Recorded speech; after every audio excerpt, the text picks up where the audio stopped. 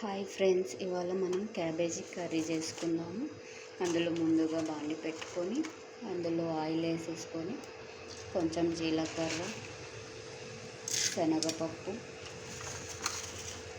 ఆవాలు వేసుకొని కొంచెం చిటపట్లాడేలాగా ఉంచాలి. ఇప్పుడు అందులో కట్ చేసుకున్న ఆనియన్,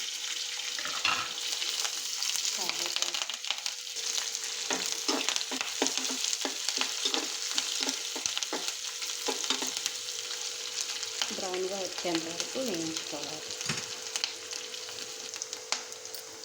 ఇందులోనే ఒక 1/2 టీ స్పూన్ అల్లం వెల్లుల్లి పేస్ట్ పచ్చివాసన పోయేదాకా వేయించుకోవాలి. టమాటో,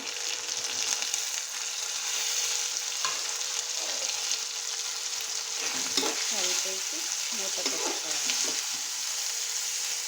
చూడండి, టమాటా ఆనియన్స్ అన్నీ మగ్గిపోయాయి. ఇప్పుడు క్యాబేజీ వేసుకుందాం. క్యాబేజీ వేసుకొని కలుపుకోవాలి.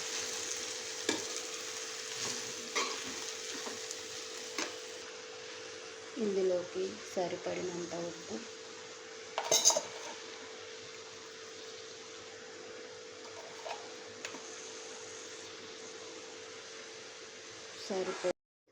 హాయ్ ఫ్రెండ్స్, 10 to 15 తర్వాత చూడండి బాగా మగ్గిపోయింది కదా. ఇప్పుడు సరిపడంత కారం వేసుకుందాం. చూడండి, ఒక 1/2 టీ స్పూన్ కారం, ధనియా పౌడర్,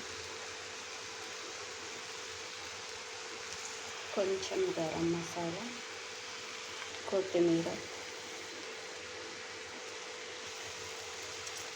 కొబ్బరి పొడి కూడా యాడ్ చేసుకోవాలండి.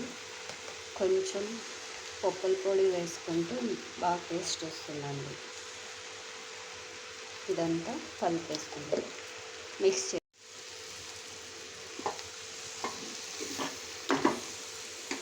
మిడిల్లో కొంచెం వాటర్ వేసుకోవచ్చండి, అడుగంటకుండా. 5 minutes మూత పెట్టి తర్వాత చూద్దామండి. తర్వాత చూడండి, క్యాబేజీ బాగా మగ్గిపోయింది. కొంచెం పైన గార్నిష్కి కొత్తిమీర వేసుకొని స్టవ్ ఆఫ్ చేసేసి, ఎంతో టేస్టీగా ఉన్న క్యాబేజీ ఫ్రై చాలా బాగుంటుంది. మీరు కూడా ట్రై చేసి చూడండి. Thank you.